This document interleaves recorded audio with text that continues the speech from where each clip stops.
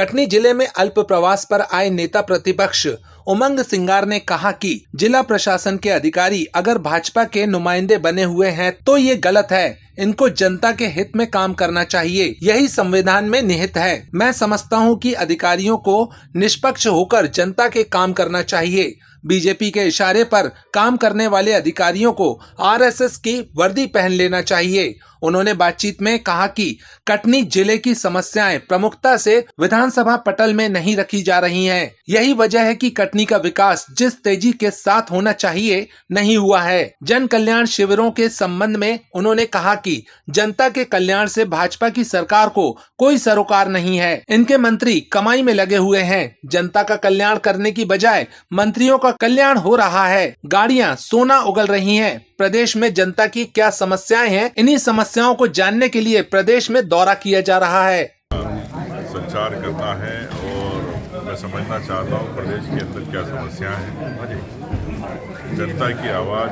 जो हम विधानसभा में सभी विधायक मिलकर उठाते हैं, तो कटनी के जो विषय हैं, चाहे मैयर के वो विषय हो, उसी को लेके और बाकी निजी कार्यक्रम इसकी तारतम्य में दौरा है।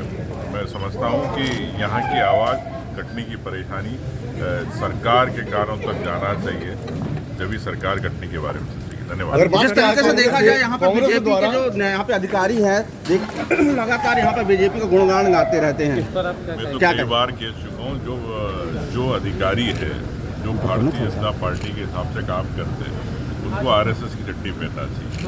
तो मैं समझता हूँ कि अधिकारियों को निष्पक्ष होकर जनता के लिए काम करना चाहिए, और यही संविधान में भी है और नियम में भी है। जन कल्याण शिविर लगा, उस पर किसी प्रकार का जो लोगों का कोई कल्याण नहीं हो रहा, इस पर क्या कहेंगे? और कांग्रेस के इस पर लेकर कल्याण इनके मंत्रियों का हो रहा है, सोना वहाँ से निकल रहा है।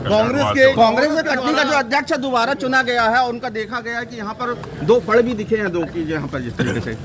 ऐसा कुछ नहीं है, कांग्रेस पार्टी एक है और एक साल के अंदर आप देख रहे हैं कि हम उपचुनाव भी जीते हैं, तो निश्चित तौर से कांग्रेस एक बार वापस से मजबूती के साथ प्रदेश में ऊपर। अभी यहाँ पे हम अधिकारियों को थैंक यू दोस्त।